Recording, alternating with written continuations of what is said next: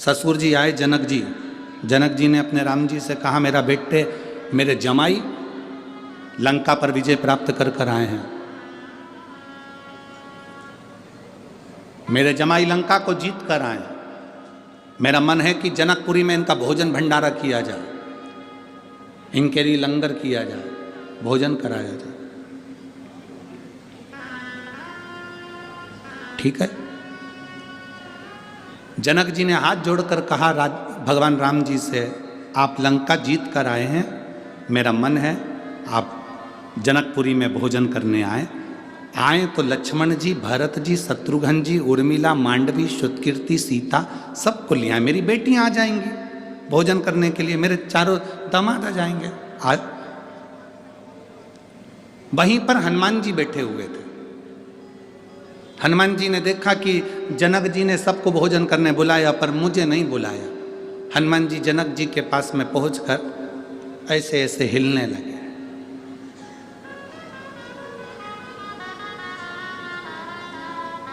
राम जी ने इशारे में कहा, हनुमान। हनुमान जी सीधे खड़े हो गए तो पूंछ हिलाने लगे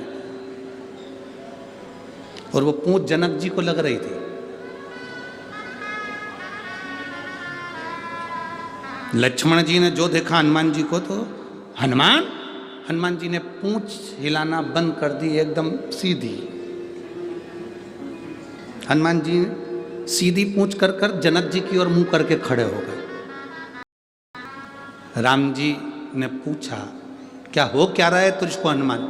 हनुमान जी कुछ नहीं बोले और जनक जी से बोले, तुमने राम जी को भोजन करने बुलाया, लक्ष्मण जी को भोजन करने बुलाया, भरत जी को भोजन करने बुलाया, शत्रुघ्न जी को भोजन करने बुलाया, उर्मिला, मांडवी, श्रुतकीर्ति सबको भोजन करने बुलाया और हमारे कारण तो विजय मिली, सारे बंदरों ने साथ दिया और तुमने हमको ही भोजन करने नहीं बुलाया।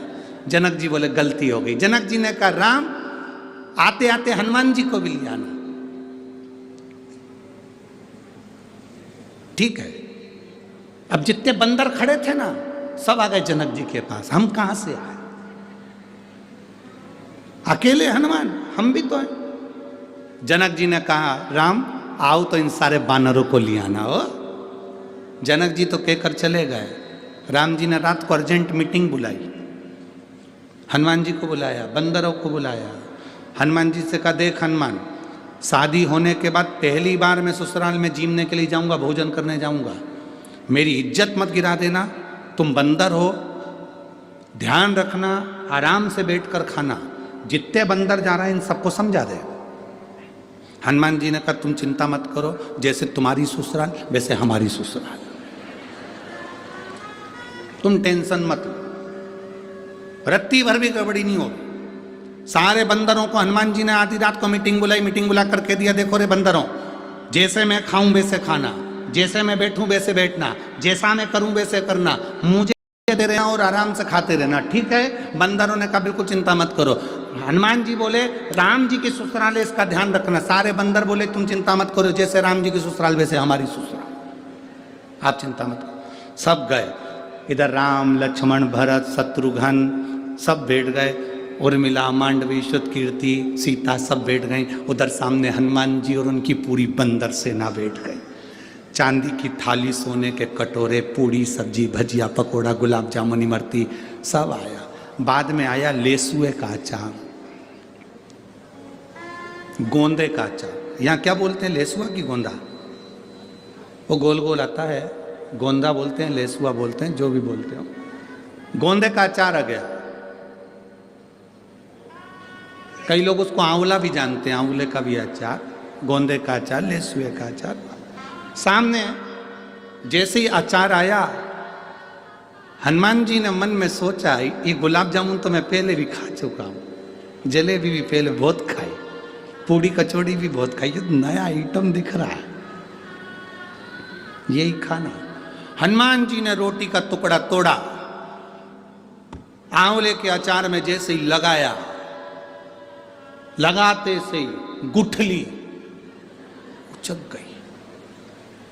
गोंदे की, लेसुए की गुठली उचक गई। हनुमान जी पकड़ने को दौड़ा, जय श्री राम, पकड़ के नीचे, थाली ऊपर,